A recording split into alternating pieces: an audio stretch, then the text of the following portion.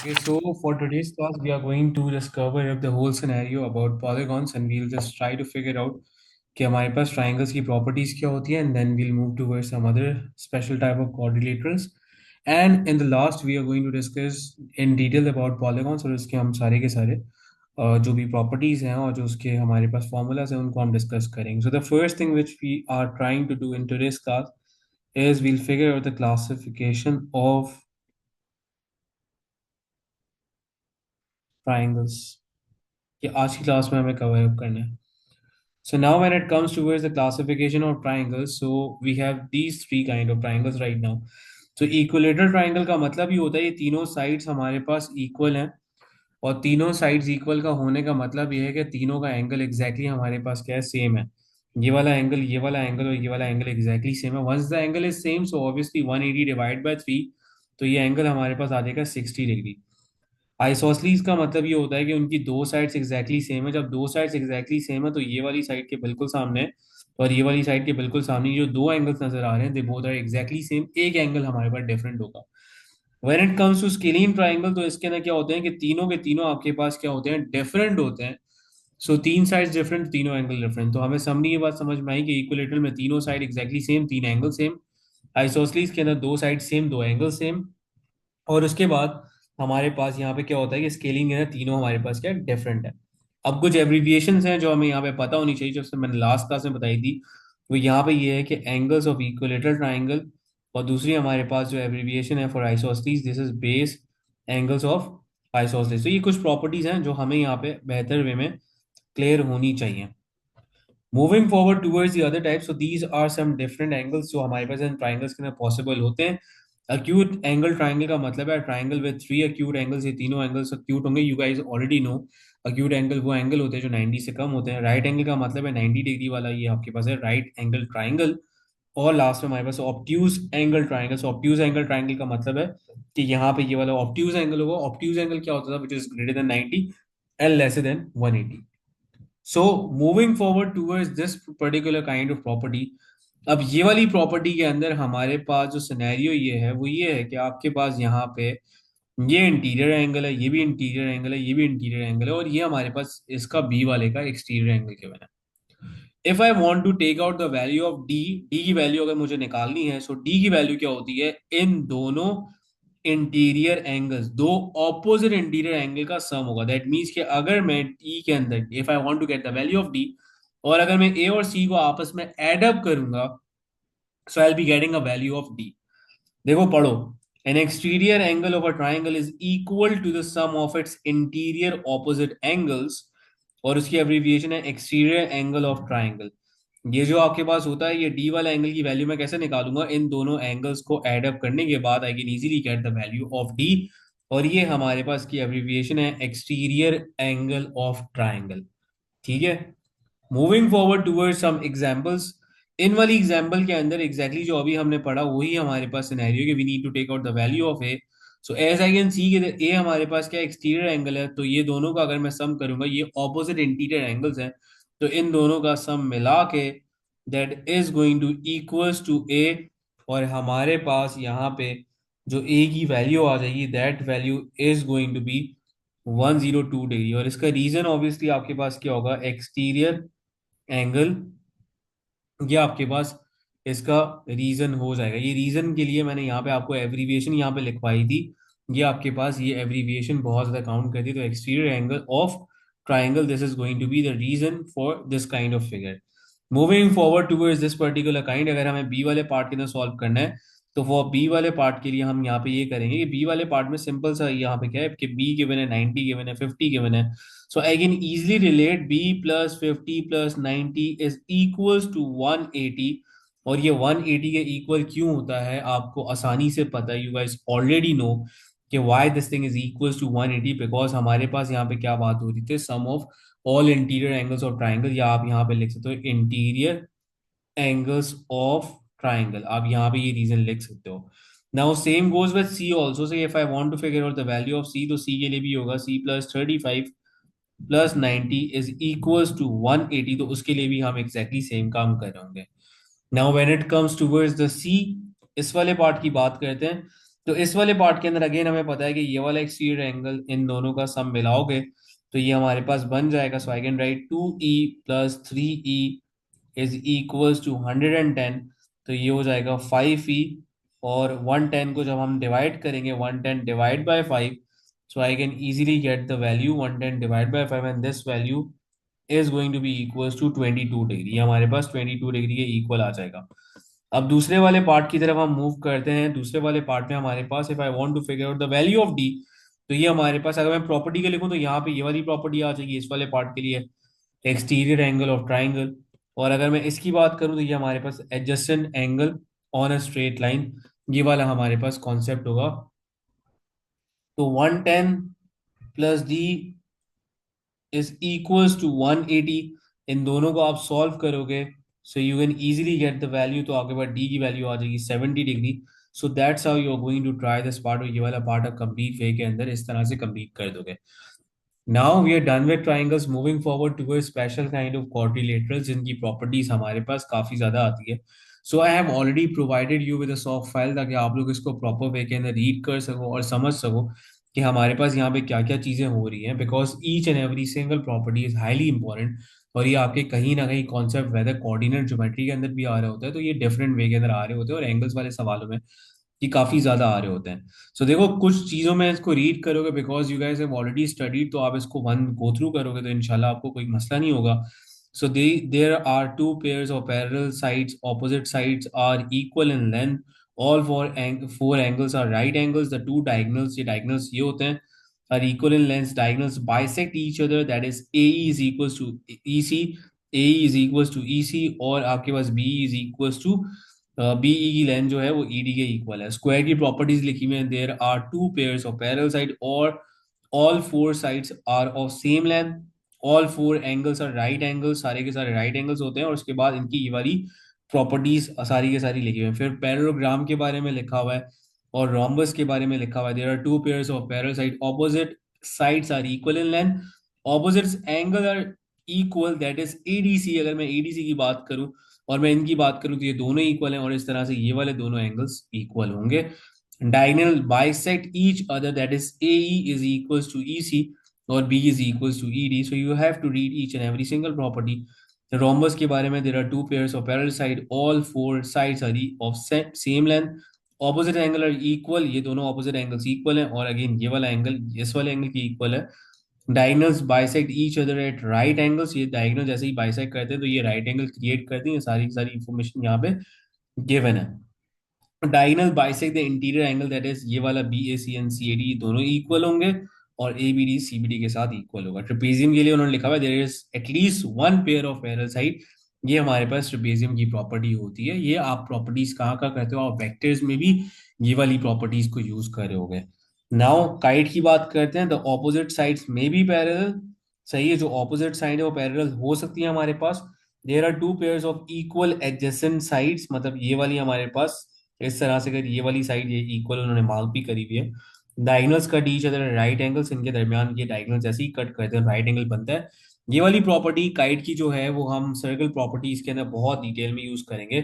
One diagonal bisects the other interior angles, that is ADB is equal to CDB। ADB जो है हमारे पास वो आपके पास इक्वल होगा CDB के साथ, वो एग्जैक्टली वही वाली बात है। और ABD is equals to CBD, ABD is equals to CBD। तो ये दो एंगल्स इस तरह से बन रहे हो, तो ये प्रॉपर्टी हम फिर भी डिटेल में डिस्कस करते हैं when it comes to circles. Now moving forwards towards polygon, अब पॉलीगॉन की बात करते हैं ताकि थोड़ा बहुत पॉलीगॉन के बारे में आपको यहाँ पे अंडरस्टैंडिंग हो। तो पॉलीगॉन के बारे में ये चीज है कि polygon contains minimum of three sides, at least उसकी तीन साइड्स होती हैं। एटलीस्ट तीन साइड का मतलब है कि जो पहला पॉलीगॉन है वो आपके पास होगा ट्राइंगल। तो यहाँ पे मिनिमम तीन साइड्स आ रही है, तो ये तो ट्राइंगल हो गया। यहाँ पे सिर्फ हमारे पास एक ही साइड आ रही है, बाकी ये हमारे पास एक आर्क बना हुआ है, तो ये हमारे पास पॉलीगॉन नहीं होगा। ये तो ये इंपॉर्टेंट बात है, बच्चों को पता नहीं होता कि क्या चीज पॉलीगॉन है और क्या चीज पॉलीगॉन नहीं है। ये चीज पॉलीगॉन होगी और ये चीज पॉलीगॉन नहीं होगी, पहले तो ये इंपॉर्टेंट बात है। Moving forward, now we are talking about the two main important concept कि भाई रेगुलर और इरेगुलर क्या चीजें होती हैं। तो अगर हमारे पास वर्डिंग है कि रेगुलर पॉलीगॉन, तो रेगुलर पॉलीगॉन से हमारे पास क्या मीनिंग है कि यार हम किसके बारे में बात करें, कि what is a regular polygon. अगर मैं बात कर रहा हूँ रेगुलर पॉलीगॉन की, तो रेगुलर पॉलीगॉन का मतलब है कि ये ऐसा पॉलीगॉन है जिसके अंदर सारी साइड्स और सारे एंगल्स इक्वल हैं। तो I can write all angles are equal, all sides are equal. दूसरी इंपॉर्टेंट बात मैं यहां पे करूंगा इररेगुलर के लिए, और पहले रेगुलर की एग्जांपल भी डिस्कस कर लेते हैं। देखो when it comes to regular, तो हमारे पास यहाँ पे एक बात है कि रेगुलर की जैसे ही मैं यहाँ पे बात करूंगा, तो यू नीड टू अंडरस्टैंड कि यार आपके दिमाग में एक शेप आना चाहिए। और वो शेप आपके पास क्या होगा, वो शेप आपके पास सबसे पहला जो शेप आपके दिमाग में आता है वो आता है आपके पास स्क्वायर। तो फॉर दिस थिंग, क्योंकि स्क्वायर ऐसा शेप है जिसके अंदर सारी के सारी साइडें इक्वल है और सारे के सारे एंगल आपके पास इक्वल है। And the other example is basically आपने अभी अभी पढ़ा, वो आपने पढ़ा है इक्विलेटरल ट्राइंगल के बारे में। बिकॉज इक्विलेटरल ट्राइंगल के अंदर भी आपके पास क्या होता है, तीनों साइड सेम होती है और तीनों एंगल्स आपके पास एग्जैक्टली सेम आते हैं। Now when it comes to irregular polygon, तो इररेगुलर पॉलीगॉन के अंदर हमारे पास क्या होगा कि देखो रेगुलर का वो ऑपोजिट होगा। तो रेगुलर के अंदर हमारे पास क्या था कि साइड्स हमारे पास क्या थी, सेम आ रही थी, और एंगल्स भी हमारे पास सेम थे। तो इसके अंदर हम लिख सकते हैं कि not all angles are same, not all angles are same, not all sides are equal. देखो रेगुलर पॉलीगॉन वो है जो इन दोनों कंडीशन को सेटिस्फाई करे, बाकी सारे हमारे पास इरेगुलर पॉलीगॉन है। सो अगर मैं यहाँ पे बात करूँ इरेगुलर पॉलीगॉन की, तो इरेगुलर पॉलीगॉन की अगर मैं एग्जांपल की बात करूँ, तो इरेगुलर पॉलीगॉन की आपके पास एग्जांपल क्या क्या होगी आप यहाँ पे देख सकते हो। आपके पास आपने अभी भी पढ़ा, you have an example of, आपके पास यहाँ पे एग्जांपल है स्केलीन की। सबसे पहले अगर मैं ट्राइंगल की बात करूँ, तो आपके पास रेक्टेंगल की एग्जांपल है कि रेक्टेंगल भी हमारे पास होता है। तो मैं यहाँ पे लिख देता हूँ रेक्टेंगल। सही है, ये भी आपके पास एक कॉमन एग्जाम्पल है। मैं यहाँ पे दूसरी बात लिख रहा हूँ स्केलिंग। तो इस तरह से अगर हमारे पास ऐसी चीज है जिसके अंदर हमारे पास सारी के सारी लेंथ और सारे के सारे एंगल एग्जैक्टली सेम ना हो, तो हमारे पास फॉल करेंगे इरेगुलर पॉलीगॉन के अंदर। ये हमारे पास यहाँ तक मैंने ये पूरा आपको डिस्क्राइब कर दिया about the polygons. Okay, so moving forward towards the other thing, देखो अब हमारे पास क्या है कि we have this triangle right now to understand the formulas of interior and exterior angle. सबसे पहली बात हमारे पास यहाँ पे ये है कि ये वाली जो चीज़ है आपके पास, this is basically called interior angle. इसका नाम होता है इंटीरियर एंगल, और ये वाली जो चीज़ मैं मार्क कर रहा हूँ इसका नाम होता है एक्सटीरियर एंगल। ठीक है। और कहीं भी मैं अगर एन को लिखूं, तो एन का मतलब होता है नंबर ऑफ साइड्स की मैं बात कर रहा हूँ। Now we have these 5 formulas जो हम पॉलीगॉन्स के अंदर डिटेल में यूज करेंगे। So the first formula is going to be sum of all interior angles. सारे अगर इंटीरियर एंगल्स का मुझे सम चाहिए, तो फॉर्मूला यूज करेंगे n-2 मल्टीप्लाई बाय 180। सेकंड पे देखो n-2 का मतलब ये है हमारे पास कि आप n की वैल्यू सिंपल सा, अगर आपके पास ट्राइंगल है तो 3 हो जाएगी, अगर आपके पास क्वाड्रिलेटरल है जो ऐसा पॉलीगॉन इसके 4 साइड है तो यहाँ पे आप 4 लिख दोगे। अगर आपके पास फॉर एग्जांपल पेंटागन है तो 5 लिख दोगे, हेक्सागन है तो 6 लिख दोगे। तो that's how you are going to attempt this part. और आप इस तरह से अगर इसको कंप्लीट वे के अंदर करोगे, moving forward towards the second formula. Second वाले फॉर्मूले में हमारे पास ये हो रहा है कि we are talking about each interior angle. Each interior angle का मतलब ये होता है कि मुझे एक एंगल चाहिए, कि एक एंगल कहता है कैसा है। तो ये वाला जो फॉर्मूला है हमारे पास, ये वाला फॉर्मूला रेगुलर के लिए यूज होता है। सही है। अब मैंने क्या किया, जो मैंने सम का फॉर्मूला लगाया था n-2 मल्टीप्लाई 180, उसी फॉर्मूले को यूज करते हुए what I am going to do, I am going to divide this thing by N. मैंने यहाँ पे एन के साथ यहाँ पे डिवाइड कर देना है। सो हमारे पास ईच इंटीरियर एंगल निकल आएगा। यहाँ पे ईच का मतलब होता है एक सिंगल एंगल कितना है, और ये रेगुलर में यूज हो रहा होगा। Third formula is basically sum of all exterior angle. सारे के सारे एक्सटीरियर एंगल का जो सम होता है वो होता है हमारे पास हमेशा से 360। सही है। जितना भी कोई भी शेप हो जाए, बी साइड वाला शेप हो जाए, पॉलीगॉन हो जाए, सॉरी ऑक्टागोन हो जाए, कुछ भी हो जाए, लेकिन हमारे पास क्या होगा, सम हमेशा से क्या होगा, 360 ही होगा। तो ये बात हमारे पास यहाँ पे वो है कि यार आपके पास सारे के सारे एक्सटीरियर एंगल है, भले जितनी भी नंबर ऑफ साइड हो, 20 हो, 30 हो, whatever, but the sum is always going to be 360। अब अगर मुझे निकालना है each exterior angle, each exterior angle का फॉर्मूला होगा 360 को मैं डिवाइड कर दूंगा बाय एन के साथ। ठीक है, अगेन दिस फॉर्मूला, क्योंकि सारे अगर एक्सटीरियर एंगल सेम है, तो इसका मतलब ये है कि ये फॉर्मूला मैं यूज कर रहा हूँ रेगुलर के लिए मोस्ट ऑफ द टाइम। ठीक है, अब ये हमारे पास चार फॉर्मूलाज हो गए। Moving forward towards the last formula, so last formula ये हमारे पास कि एक्सटीरियर प्लस इंटीरियर, इन दोनों एंगल्स की अगर मैं सम की बात करूं, इन दोनों एंगल्स को अगर मैं आपस में यहाँ पे एड अप कर रहा हूँ, so this is going to be 180। तो मैं यहाँ पे लिखूंगा interior plus exterior is equals to 180। दोनों का सम मिला के हमारे पास जो एंगल आएगा वो आपके पास आएगा 180। So these are the formulas. अब मैं जरा इन फॉर्मूलाज को आप लोगों को यूज कराता हूँ कि ये फॉर्मूला आप किस किस तरह से अगर यूज कर सकते हो फॉर योर प्रैक्टिस, और आप क्या कहाँ पे किस तरह के क्वेश्चंस आ सकते हैं। So let's do some practice. ये बुक के सवाल है। देखो, सबसे पहले वाले पार्ट में आपको बोला गया है फाइंड, मैं कुछ पार्ट सॉल्व कराऊंगा, सारे पार्ट नहीं सॉल्व कराऊंगा। So I am talking about this first part, one के ए वाले पार्ट की बात कर रहे हैं। कह रहा है आप find the sum of interior angles of each of the following polygons 11 gon. 11 gon का मतलब होता है कि ऐसा पॉलीगॉन जिसके अंदर 11 साइड्स हो। तो हमारे पास यहाँ पे बोला गया है सम ऑफ ऑल इंटीरियर एंगल्स की बात हो रही है, तो हम यहाँ पे पुट करेंगे n-2 मल्टीप्लाई 180, और n की जगह पे बिकॉज 11 बोला गया तो 11-2 मल्टीप्लाई 180, तो ये हो जाएगा 9 मल्टीप्लाई 180। तो you can use your calculator, 9 multiply 180, तो आपके पास जो सम आएगा वो आएगा 1620। सो दैट वाज पार्ट ए।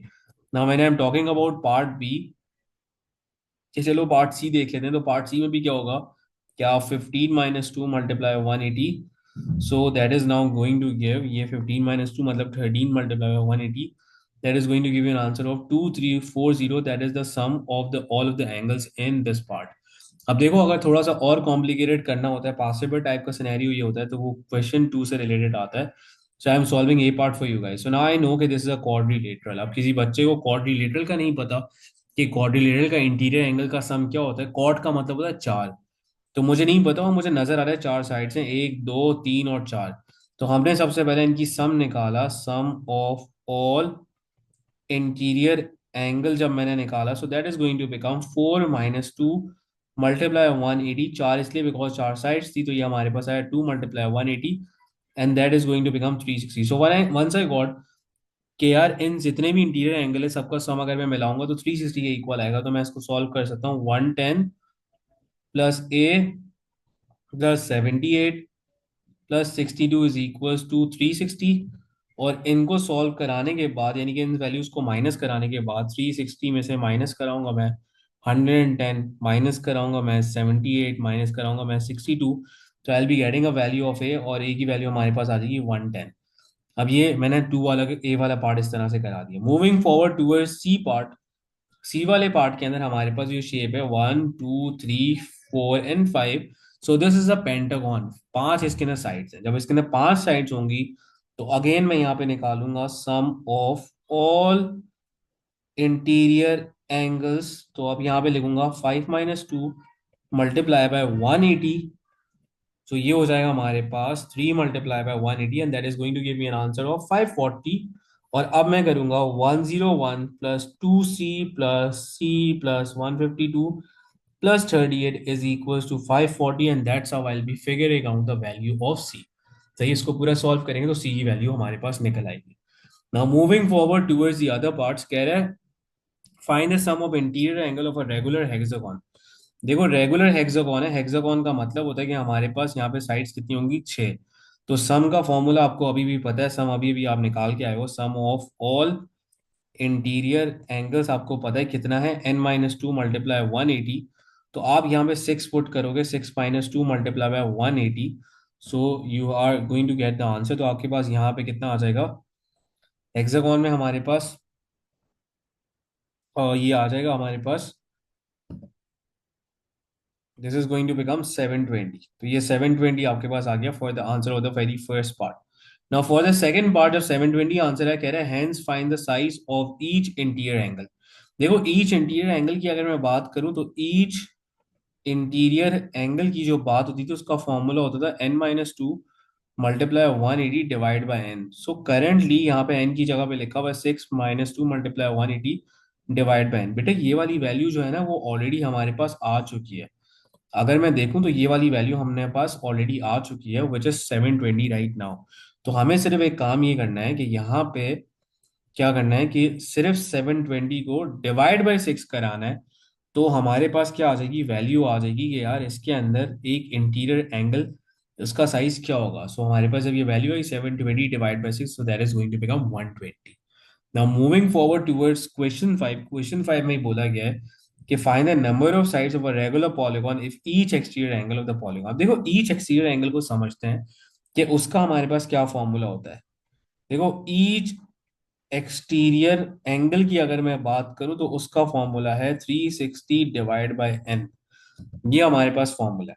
लेकिन करंटली मुझे एक्सटीरियर एंगल गिवन है और मुझे यहाँ पे एन की वैल्यू गिवन नहीं है, तो मैं एन को सब्जेक्ट बनाऊंगा। जब मैंने एन को सब्जेक्ट बनाया तो ये हो गया 360 divide by each exterior angle. सही है, ये हमने फॉर्मूला बना दिया। Now after making the formula, आप एन का नंबर ऑफ साइड, जब आपको एक्सटीरियर एंगल गिवन हो तो आप ये वाला फॉर्मूला यूज कर सकते हो। ये वाला फॉर्मूला मैंने कहाँ से निकाला है, ये वाला मैंने फॉर्मूला निकाला है जो ओरिजिनल फॉर्मूला था ईच एक्सटीरियर एंगल का, वहां से निकाला है, क्योंकि ये मैं आगे भी यूज करूंगा, इसलिए मैं आपको बता रहा हूं।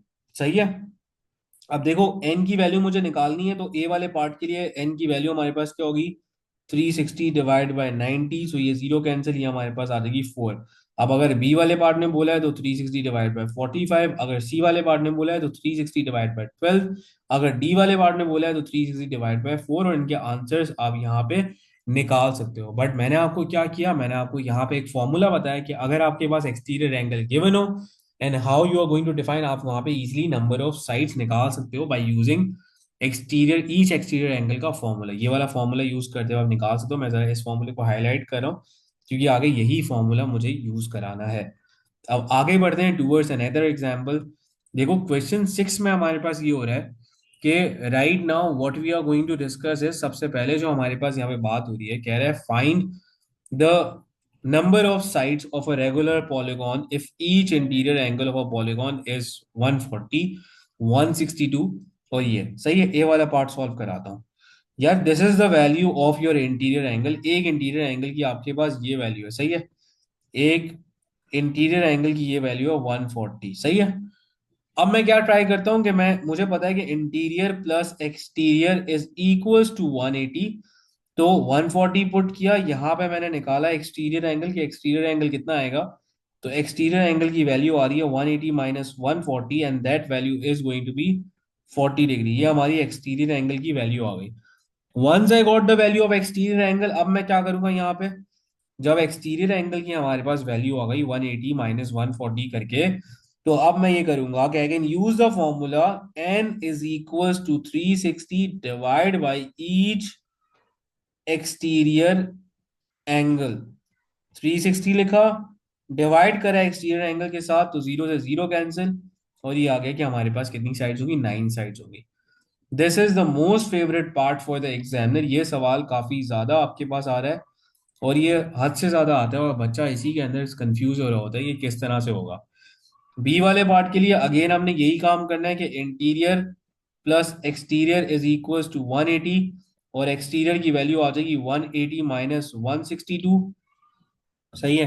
तो 180 minus 162, so we are going to get the value of the exterior angle. तो ये हमारे पास आ जाएगा 18 डिग्री, ये एक्सटीरियर एंगल आ जाएगा। मूविंग फॉरवर्ड एन की वैल्यू निकालनी है, so 360 divide by each exterior angle. So ये हो जाएगा 360 डिवाइड बाई 18। तो ये हो जाएगा 360 divide by 18 and that is going to become 20। तो यहाँ पे हमारे पास कितनी साइड्स होंगी, 20 साइड्स होंगी। तो ये वाले सवाल बहुत ज्यादा हमारे पास रिपीटेडली काफी ज्यादा आ रहे होते हैं। Now moving forward towards the last question of today's class. इस वाले में ये होगा हमारे पास कि सबसे पहले तो आप सवाल को समझना कि यहाँ पे क्या ये दिया हुआ है, सही है। अच्छा, बच्चे अक्सर ये करते हैं कि ये थोड़ा लीनियंट लेते हैं इस वाले पार्ट्स को, बिकॉज इसको सीरियसली लेना चाहिए, बिकॉज ये वाले सवाल आते हैं और अगर आपका थोड़ा बहुत भी कॉन्सेप्ट वीक होगा तो आपको वहाँ पे प्रॉब्लम फेस करना पड़ेगा। तो यहाँ पे कह रहा था exterior angle of a triangle, वो आपके पास क्या क्या गिवन है, 3y 4y 5y। You guys already no triangle के अंदर तीन साइड्स होती हैं, एक दो और तीन, सही है, और ये तीनों एक्सटीरियर है। मुझे पता है इन सारे एक्सटीरियर एंगल का सम जो होता है वो किसके इक्वल है, 360 के। तो अगर मैं इन सबको एडअप कर रहा हूँ, फर्स्ट वाले पार्ट में y की वैल्यू ही निकालनी है, सो 3y plus 4y plus 5y अगर मैं करूँ तो हमारे पास ये किसके इक्वल आएगा, हमारे पास ये इक्वल आएगा 360 के। सो 7y प्लस 5y ये हो जाएगा 12y, और 360 और y की वैल्यू आ जाएगी 360 डिवाइड बाय 12, और इस तरह से अगर y की वैल्यू आ जाएगी आपके पास 30। सो नाउ यू नो कि यार आपके पास y की वैल्यू आ गई 30। फर्स्ट वाले पार्ट में आपको y की वैल्यू ही निकालनी थी। सेकेंड वाले पार्ट में बोल रहा है find the smallest interior angle of a triangle. Interior angle चाहिए लेकिन स्मॉलेस्ट चाहिए। देखो, एक, दो, तीन, ये तीनों एक्सटीरियर एंगल है। इंटीरियर एंगल जो होता है ना, अगर आपको बहुत ज्यादा बड़ा वाला, आपको छोटा वाला इंटीरियर एंगल चाहिए, तो इसका मतलब है छोटा वाला इंटीरियर एंगल तभी फॉर्म होगा जब आपके पास बड़ा एक्सटीरियर एंगल होगा। सही है, वापस से रिपीट कर रहा हूँ, स्मॉलेस्ट इंटीरियर एंगल तभी क्रिएट होगा जब एक्सटीरियर एंगल ज्यादा होगा, बिकॉज दोनों का रिलेशन है कि दोनों का रिलेशन इस तरह से करे कि अगर मैं फॉर एग्जांपल यहाँ पे आपको रिलेट करने के लिए थोड़ा सा बताऊं, तो ये आपका फॉर एग्जांपल यहाँ पे मैं एक ट्राइंगल ड्रॉ कर रहा हूँ। करंटली ये आपके पास इंटीरियर एंगल है और ये आपके पास क्या है, आपका एक्सटीरियर एंगल है। तो जितना ज्यादा एक्सटीरियर एंगल होगा उतना ही कम इंटीरियर एंगल होगा, तो मैं इन तीनों में से ज्यादा वाली वैल्यू चूज करूंगा। So I be choosing the value for an exterior angle which is 5y, और y नहीं लिखूंगा मैं यहाँ पे, अब लिखूंगा 30। तो ये हमारे पास आ जाएगा एक एक्सटीरियर एंगल जो बड़ा वाला है। So I be writing over here largest exterior angle, the value is going to be 150। अब मैं यूज करूंगा interior plus exterior is equals to 180, और मुझे वैल्यू चाहिए इंटीरियर की, तो ये हो जाएगा 180, और इसमें से ये वाला एक्सटीरियर एंगल माइनस करूंगा। So the value of the interior angle is going to be 30 degree. तो हमारे पास इंटीरियर एंगल की जो वैल्यू आ जाएगी वो आ जाएगी 30 degree. So this was all about the polygons, triangles और आपके पास कोऑर्डिनेटर्स के बारे में मैंने यहाँ पे सारे के सारे आउट किया। So for the coming classes what we are going to do, we will cover up circle properties, उसको हम डिटेल में डिस्कस करना स्टार्ट